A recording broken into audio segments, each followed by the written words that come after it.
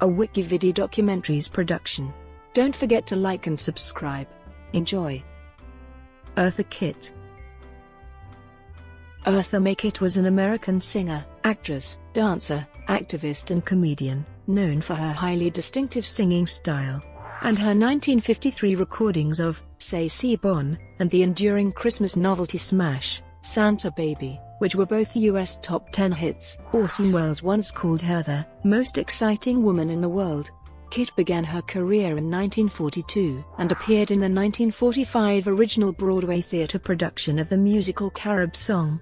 In the early 1950s, she had 6 US top 30 hits, including Uska Dara and I Want to Be Evil. Her other notable recordings include the UK top 10 hit, Under the Bridges of Paris, Just an Old-Fashioned Girl, and Where Is My Man?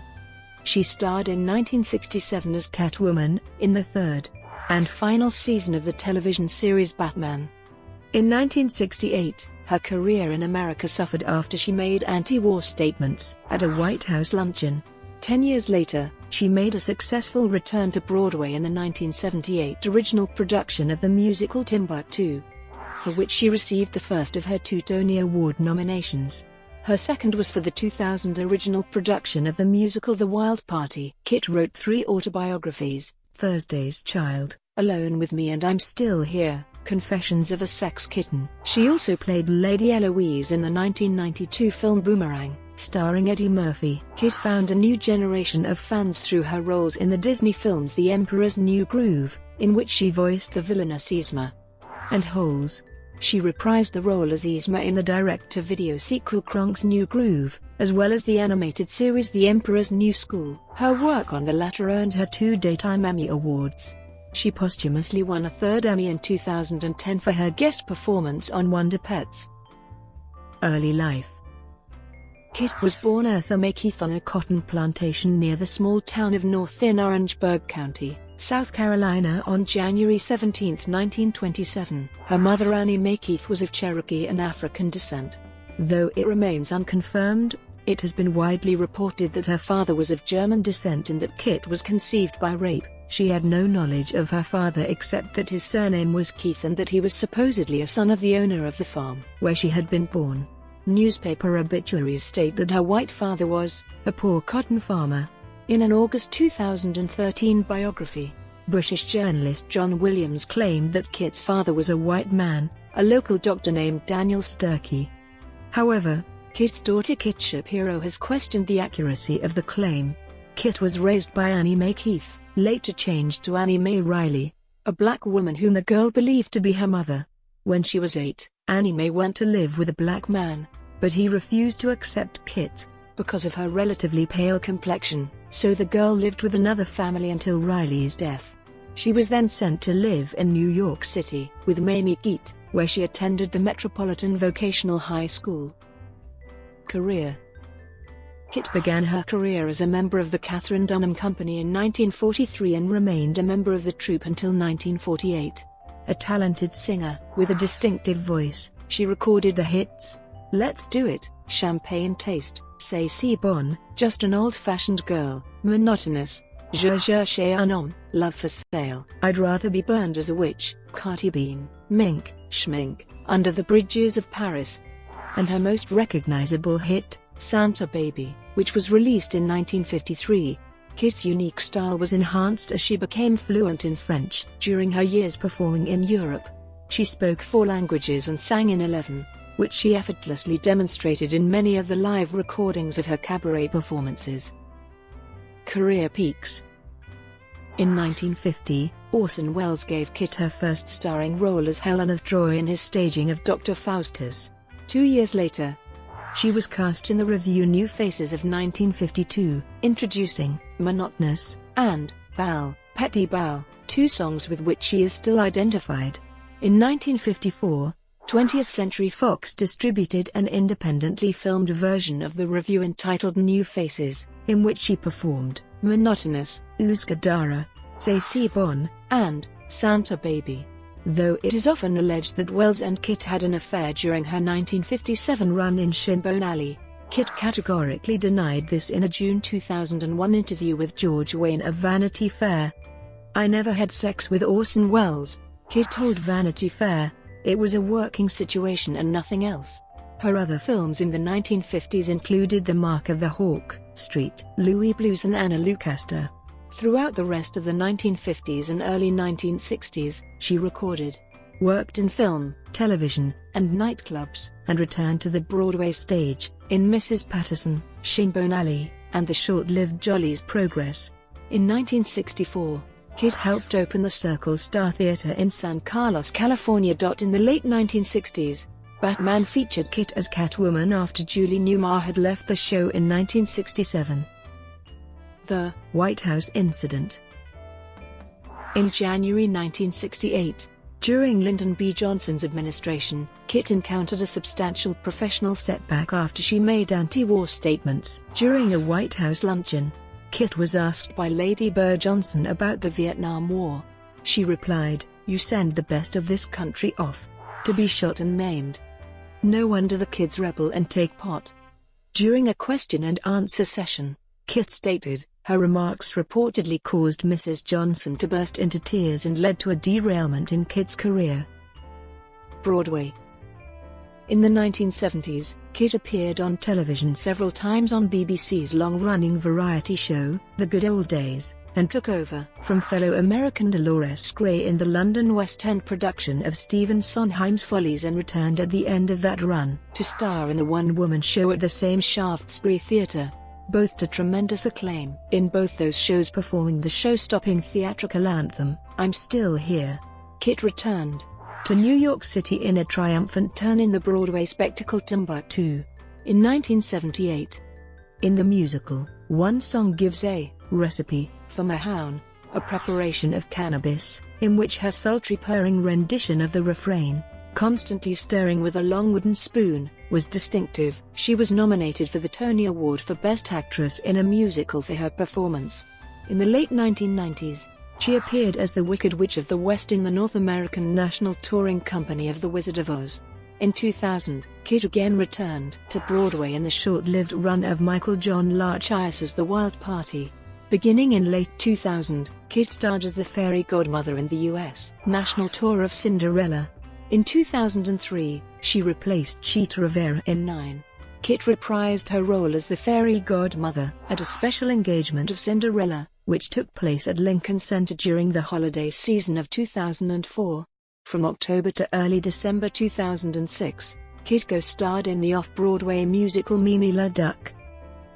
Voiceover. In 1978, Kitt did the voiceover in a television commercial for the album Asia by the rock group Steely Dan. One of her more unusual roles was as Car in a 1994 BBC radio adaptation of The Jungle Book. Kitt also lent her distinctive voice to Yzma in The Emperor's New Groove and reprised her role in Kronk's New Groove and The Emperor's New School, for which she won 2 Emmy Awards and, in 2007-08, 2 more Annie Awards for voice acting in an animated television production. Kitt had voiced Vexus in My Life as a Teenage Robot. 1980s. In 1984, she returned to the music charts with a disco song titled, Where Is My Man, the first certified gold record of her career. Where Is My Man reached the top 40 on the UK singles chart, where it peaked at number 36. The song became a standard in discos and dance clubs of the time and made the top 10 on the US Billboard Dance Chart, where it reached number 7. The single was followed by the album I Love Men on the Record Shack label.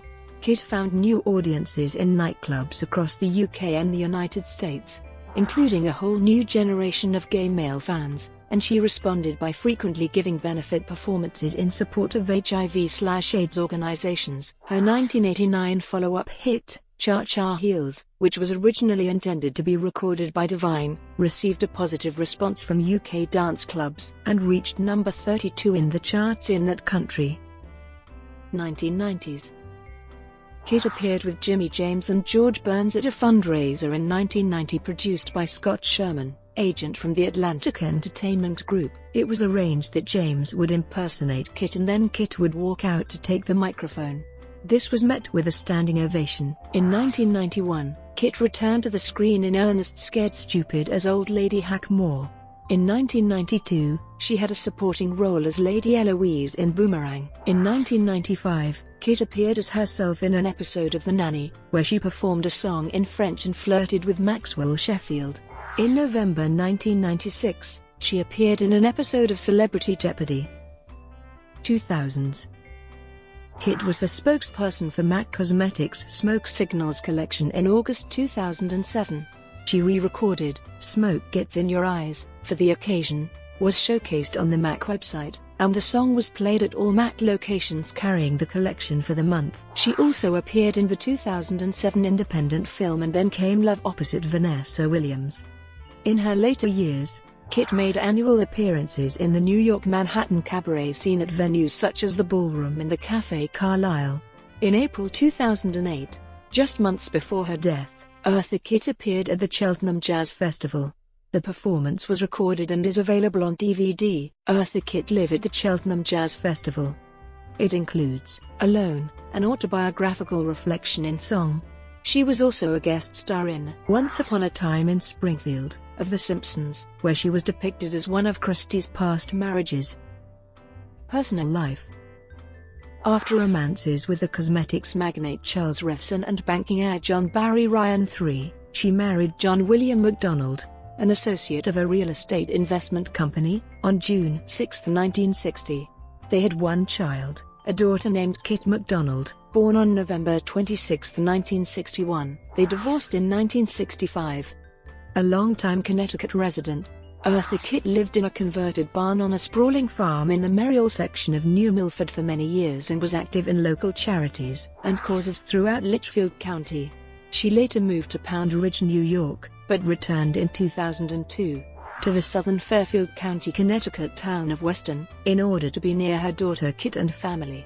Her daughter, Kitt, married Charles Lawrence Shapiro in 1987 and had two children, Jason Shapiro and Rachel Shapiro. Activism. Kitt was active in numerous social causes in the 1950s and 1960s. In 1966, she established the Kittsville Youth Foundation, a chartered and non-profit organization for underprivileged youths in the Watts area of Los Angeles. She was also involved with a group of youths in the area of Anacostia in Washington, D.C., who called themselves Rebels with a Cause. Kitt supported the group's efforts to clean up streets and establish recreation areas in an effort to keep them out of trouble by testifying with them before the House General Subcommittee on Education of the Committee on Education and Labor. In her testimony, in May 1967, Kitt stated that the rebels' achievements and accomplishments should certainly make the adult do-gooders realize that these young men and women have performed in one short year with limited finances, that which was not achieved by the same people who might object to turning over some of the duties of planning, rehabilitation, and prevention of juvenile delinquents and juvenile delinquency to those who understand it and are living it. She added that the rebels could act as a model for all urban areas throughout the United States with similar problems. Rebels with a Cause subsequently received the needed funding. Kitt was also a member of the Women's International League for Peace and Freedom. Thus her criticism of the Vietnam War and its connection to poverty and racial unrest in 1968 can be seen as part of a larger commitment to peace activism. Like many politically active public figures of her time, Kitt was under surveillance by the CIA, beginning in 1956. After the New York Times discovered the CIA file on Kitt in 1975, she granted the paper permission to print portions of the report, stating, "I have nothing to be afraid of and I have nothing to hide." Kitt later became a vocal advocate for LGBT rights and publicly supported same-sex marriage, which she considered a civil right. She had been quoted as saying, "I support it, gay marriage, because we're asking for the same thing. If I have a partner and something happens to me, I want that partner to enjoy the benefits of what we have reaped together. It's a civil rights thing, isn't it?" Kitt famously appeared at many LGBT fundraisers, including a mega event in Baltimore, Maryland, with George Burns and Jimmy James. Scott Sherman, an agent at Atlantic Entertainment Group, stated, "Eartha Kitt is fantastic. Appears at so many LGBT events in support of civil rights." In a 1992 interview with Dr. Anthony Clare, Kitt spoke about her gay following, saying, "Death Kitt died from colon cancer on Christmas Day 2008, at our home in Weston, Connecticut. Her daughter, Kit Shapiro, discussed her last days with her mother. "I was with her when she died. She left this world literally screaming at the top of her lungs. I was with her constantly. She lived not even 3 miles from my house. We were together practically every day. She was home for the last few weeks when the doctor told us there was nothing they could do anymore. Up until the last 2 days, she was still moving around. The doctor told us she will leave very quickly and her body will just start to shut down. But when she left the world with a bang. She left it how she lived it. She screamed her way out of here, literally. I truly believe her survival instincts were so part of her DNA that she was not going to go quietly or willingly. It was just the two of us hanging out during the last days. She was very funny.